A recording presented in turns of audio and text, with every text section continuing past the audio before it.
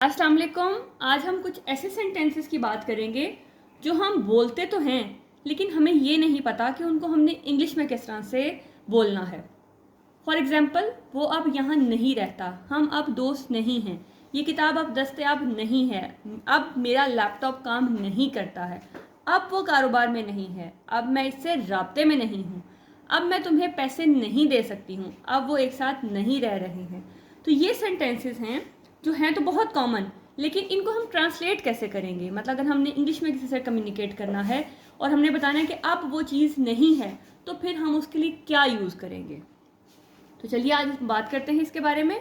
तो जहाँ पे भी इस तरह की सिचुएशन आए कि जिसमें ये लगे कि अब वो चीज़ नहीं है, पहले थी लेकिन अब नहीं है, इसी का एक और पार्ट भी है, इसको मैं आगे डिस्कस करूंगी, लेकिन फिलहाल हम इतने पार्ट को डिस्कस करते हैं कि अगर आपके पास वो सेंटेंस है जिसमें बात की जा रही है कि अब वो चीज़ नहीं है, तो उसके लिए हमने क्या करना है, उसके लिए हम लगाते हैं नो लॉन्गर। ठीक है, याद रखना है कि ऐसे सेंटेंसेस जिसमें बात हो अब नहीं है, तो उसके लिए हम यूज़ करते हैं नो लॉन्गर।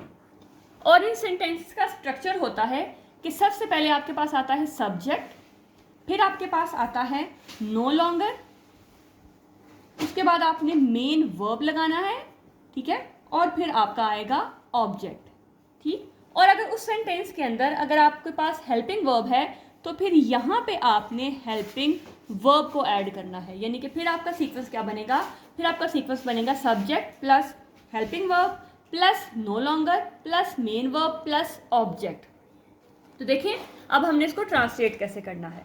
वो अब यहाँ नहीं रहता है, तो अगर मैं इस अब नहीं को छोड़ दूँ, वो यहाँ रहता है, तो उसके लिए हम क्या कहते हैं, उसके लिए हम कहते हैं ही लिव्स देयर। ठीक है, ये तो हो गया कि वो यहाँ रहता है, लेकिन हमने बात क्या करनी है, हमने बात करनी है कि वो अब यहाँ नहीं रहता, अब की बात होनी है। तो क्या होगा, ही नो लॉन्गर लिव्स देयर। तो ये नो लॉन्गर जो है ये शो करवाएगा कि अब नहीं रहता। ठीक है, ही नो लॉन्गर लिव्स देयर। हम अब दोस्त नहीं हैं, पहले दोस्त थे अब नहीं है, हम अब दोस्त नहीं हैं। तो अगर मैं इस अब और नहीं को हटाऊं तो हम बोलेंगे वी आर फ्रेंड्स। ठीक है, तो अब हम दोस्त नहीं है तो क्या बोलेंगे, we are no longer friends. ठीक है, तो we are no longer friends, हम अब दोस्त नहीं हैं। ये किताब अब दस्तयाब नहीं है, तो ये किताब अब दस्तयाब नहीं है, तो क्या होगा, आपने पहले क्या करना है, अपना सब्जेक्ट लगाना है, this book is no longer available. ठीक है, देखें अगर आपको थोड़ा सा कंफ्यूजिंग है, थोड़ा प्रैक्टिस की जरूरत है, तो आप क्या करें कि अब और नहीं को हटा दें, ये किताब दस्तयाब है, तो क्या होगा उसका, दिस बुक इज अवेलेबल। ठीक है, तो ये तो हमारे पास एक सिंपल हो गया। तो अब क्या बोलना है कि ये किताब अब दस्तयाब नहीं है, तो अब यहाँ पे हमारे पास हेल्पिंग वर्ब होगा, यहाँ पे ये हेल्पिंग वर्ब जो है मेन वर्ब के तौर पे काम कर रहा है कि this book is no longer available. अब मेरा लैपटॉप काम नहीं करता है। ठीक है, तो अब क्या करते हैं कि अब मेरा लैपटॉप जो है वो काम नहीं करता, तो उसके लिए हम क्या करेंगे कि माई लैपटॉप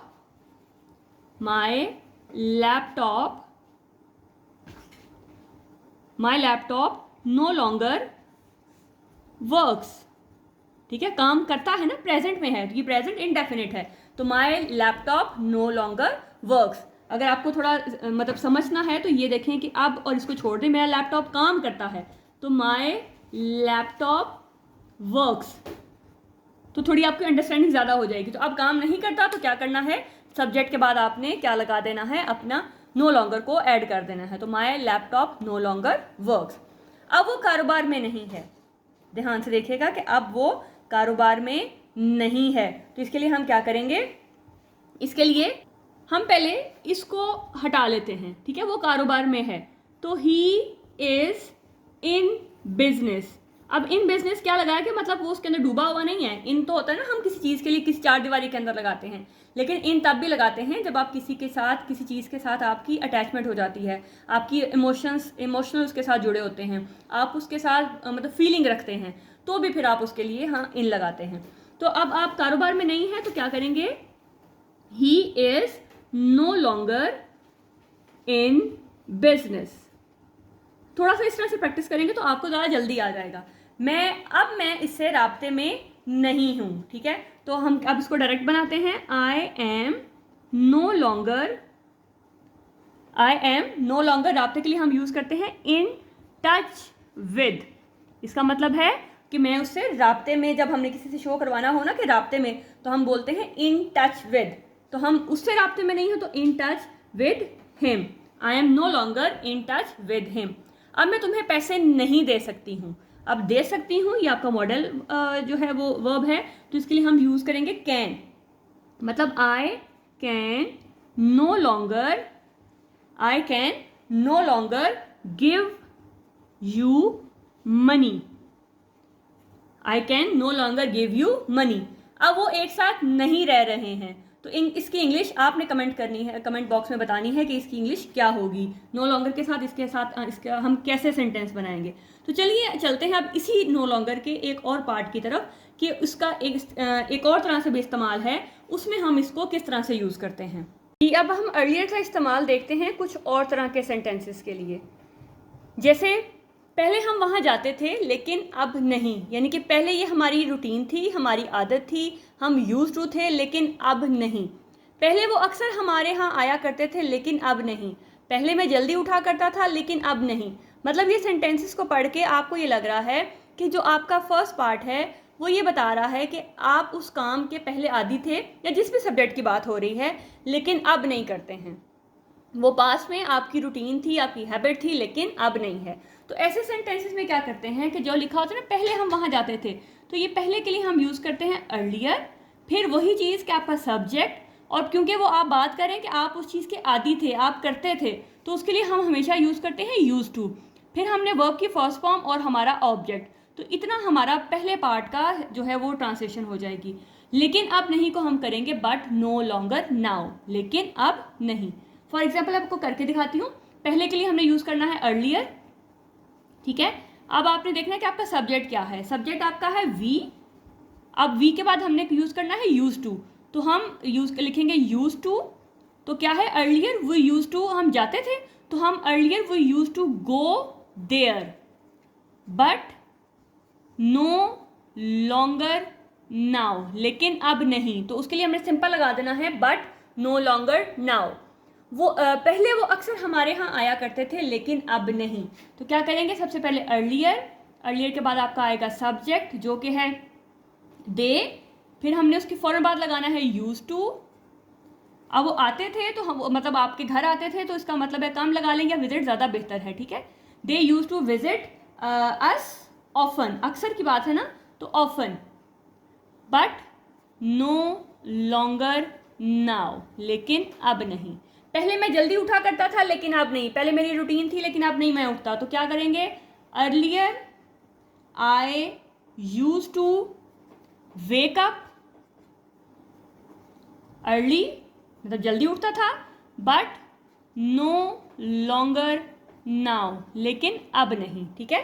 तो पहले वो रोज गाया करती थी, यानी कि उसकी रूटीन थी, लेकिन अब नहीं। तो क्या लगाएंगे हम, earlier she use to sing every day, हर रोज है ना, तो every day, but no longer now. इसी तरह से पहले हम बाहर खेला करते थे लेकिन अब नहीं।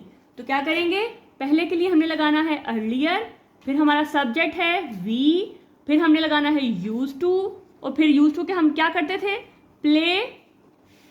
उसके बाद हम लगाएंगे आउटसाइड, क्योंकि बाहर की बात हो रही है, outside, but no longer now, लेकिन अब नहीं। पहले मैं किताबें पढ़ा करता था लेकिन अब नहीं, मतलब पिछली रूटीन थी लेकिन अब नहीं पढ़ता। भाई किताबें कौन शौक से पढ़ता है, वो तो मजबूरी में पढ़ते हैं ना। तो अर्लियर मैं है, सब्जेक्ट आपका मैं है, I used to read books, but no longer now, लेकिन अब नहीं, ठीक है। तो देखिएगा कि आपने क्या किया, पहले के लिए आपने अर्लियर लगाया, फिर आपका सब्जेक्ट, फिर आपका यूज टू, फिर आपने वहाँ पे लगाना है आपका वर्ब और आपका ऑब्जेक्ट, फिर आपने लगा देना है but no longer now. Last देखिएगा, पहले हम 7 टेनिस खेलते थे लेकिन अब नहीं। इसकी ट्रांसलेशन आप कमेंट बॉक्स में बताएंगे कि इसकी ट्रांसलेशन क्या होगी, उसी से आइडिया हो जाएगा कि आपको इसकी कितनी समझ आई है। तो दोबारा देख लीजिएगा, जब यहाँ 2 पार्ट्स हों, पहले रूटीन की बात हो रही हो लेकिन अब वो नहीं है, तो हम क्या लगाते हैं उसके लिए, अर्लियर, फिर सब्जेक्ट, फिर यूज टू, वर्ब और ऑब्जेक्ट, और फिर लेकिन अब नहीं के लिए हम लगाते हैं बट नो लॉन्गर नाउ। और अगर आपने सिंपल ये बताना हो कि ये चीज़ अब नहीं है, तो उसके लिए हम सिर्फ और सिर्फ नो लॉन्गर लगाते हैं, मतलब सब्जेक्ट के बाद नो लॉन्गर, फिर आपका मेन वर्ब और फिर आपका ऑब्जेक्ट। और अगर हेल्पिंग वर्ब की ज़रूरत है तो फिर सब्जेक्ट, फिर हेल्पिंग वर्ब, फिर नो लॉन्गर, मेन वर्ब और आपका ऑब्जेक्ट। तो आई होप कि ये चीज़ आपके लिए न्यू होगी। इसको जब आप प्रैक्टिस करेंगे तो डेफिनेटली आपकी इंग्लिश इन्हेंस होगी, आपकी राइटिंग में, स्पीकिंग में जो है वो इम्प्रूवमेंट आएगी। तो मिलते हैं नेक्स्ट वीडियो में एक और नए कॉन्सेप्ट के साथ। तब तक अपना बहुत ख्याल रखिएगा, दुआओं में याद रखिएगा। अल्लाह हाफ़िज़।